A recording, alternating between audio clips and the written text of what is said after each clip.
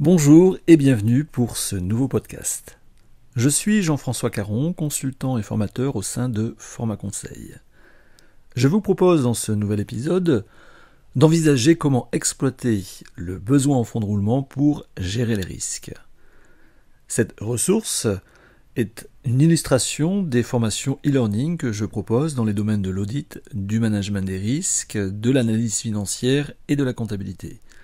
Si une telle formation vous intéresse, n'hésitez pas à me contacter selon les coordonnées qui s'affichent à la fin de cette ressource ou directement sur LinkedIn. Je vous souhaite une très bonne écoute. La gestion des risques implique une démarche structurée et pérenne afin de sécuriser durablement les activités d'une organisation. Cette démarche repose sur une série d'étapes clés distinctes l'une de l'autre mais néanmoins interdépendantes. Il y est question en effet d'identifier les risques, de les mesurer, de les analyser, de décider ensuite de la stratégie à mettre en œuvre pour les maîtriser, et enfin de surveiller ces risques afin d'ajuster si nécessaire leur couverture.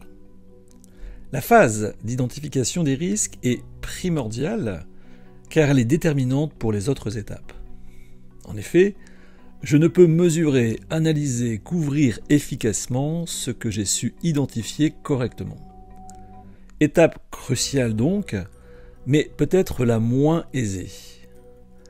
Afin de s'engager dans cette tâche, le manager des risques aura soin de s'appuyer sur nombre de sources d'informations différentes afin de disposer d'une vision la plus étendue qui soit. Parmi ces sources, l'analyse financière de l'organisation, menée par ailleurs, est de nature à lui apporter des informations pertinentes pour l'identification des risques, en particulier avec le besoin en fonds de roulement, désigné communément le BFR. Qu'est-ce donc que le BFR ? Le besoin en fonds de roulement est un indicateur clé pour analyser l'équilibre financier d'une organisation et suivre en conséquence les impacts en trésorerie des besoins de financement relatifs aux activités courantes. En effet, en termes d'équilibre financier, le BFR représente ce qui est à financer par le fonds de roulement, c'est-à-dire par les ressources durables, après financement des investissements pour que la trésorerie soit ainsi positive. En outre, le BFR résulte des décalages en matière de liquidité entre différents postes comptables relatifs aux éléments circulants.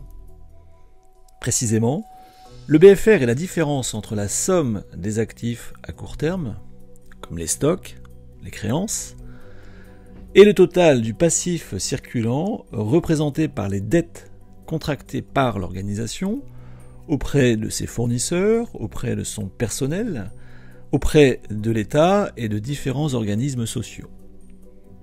Plus cette différence est importante, plus le besoin de financement des activités courantes est élevé.